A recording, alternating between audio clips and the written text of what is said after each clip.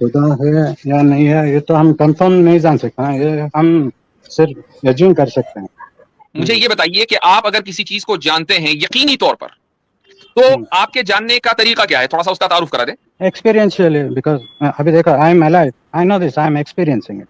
मुझे थोड़ा सा अपने एक्सपीरियंस की रोशनी में बताइएगा कि क्या आपने किसी चीज को खुद ब खुद पैदा होते हुए, मौजूद होते हुए देखा है? आपका एक्सपीरियंस क्या कहता है इस ताल्लुक से? हर चीज किसी चीज से आता है, ये ट्रांसफॉर्मेशन होता है। हर चीज किसी ना किसी चीज से आता है, यानी आपकी एक्सपीरियंस के मुताबिक हर चीज का कोई ना कोई कॉज है। हाँ ठीक है, उसका पहले कुछ होता है, बाद में कुछ होता है। ठीक है, अब अगर हम उस कॉज का कॉज माने, फिर इस कॉज का कॉज माने, फिर इस कॉज का कॉज माने और इन्फिनिटली चलते रहें, तो क्या लास्ट जो इफेक्ट है वो एग्जिस्ट करेगा?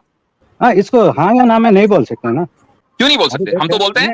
देखिए, मैं बोल सकता हूं कि अगर इन्फिनिटली कॉजेशन, अगर कॉजेलिटी इन्फिनिट होती तो जो करंट इफेक्ट है वो मौजूद ना होता। मैं बोलता हूं, देखिए इतनी जल्दी मैंने मुख्तसर सा बयान कर दिया, आप बता दें।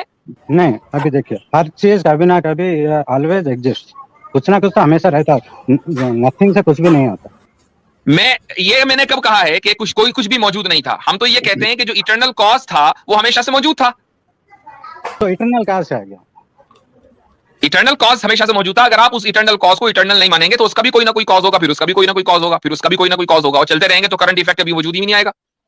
इतना मुश्किल, इतना आसान सा, इतना आसान सा मसला है। नहीं, देखिए मेरा इंटरप्रिटेशन, मैं आपको ज़ैद पटेल साहब की एक मिसाल देता हूं कि अगर मान ले कोई सोल्जर को कमांडर ये हुक्म दे कि गोली चलाओ, पिछले वाले से पूछकर, तो वो पिछले वाले से पूछे कि गोली चला दूं, और पिछले वाला जो फौजी है वो पिछले वाले से पूछे, वो पिछले वाले से पूछे, और इस तरीके से वो इन्फिनिटली पूछते रहे, तो जो सबसे आगे खड़ा हुआ सोल्जर है वो कभी भी गोली चला ही नहीं पाएगा।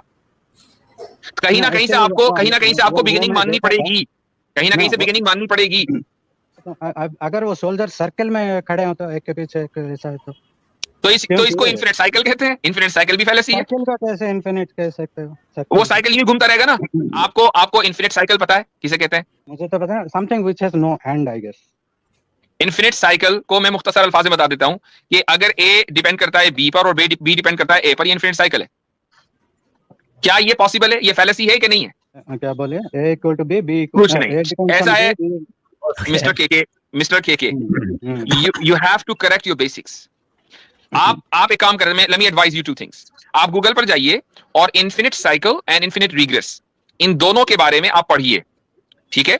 और आप इसी तरीके से एक और चीज बता रहा हूं मैं आपको, Kalam cosmological argument, KALAM cosmological argument, ये भी आप पढ़िए, और उसके बाद फिर हमारे पास आइए, हमसे डिबेट कीजिए। मसला ये होता है कि हम लोगों को इतने नीचे उतर के डिबेट करनी पड़ती है, इतनी मोटी मोटी मिसालें भी यार आप लोगों को समझ में नहीं आती, क्या करें हम?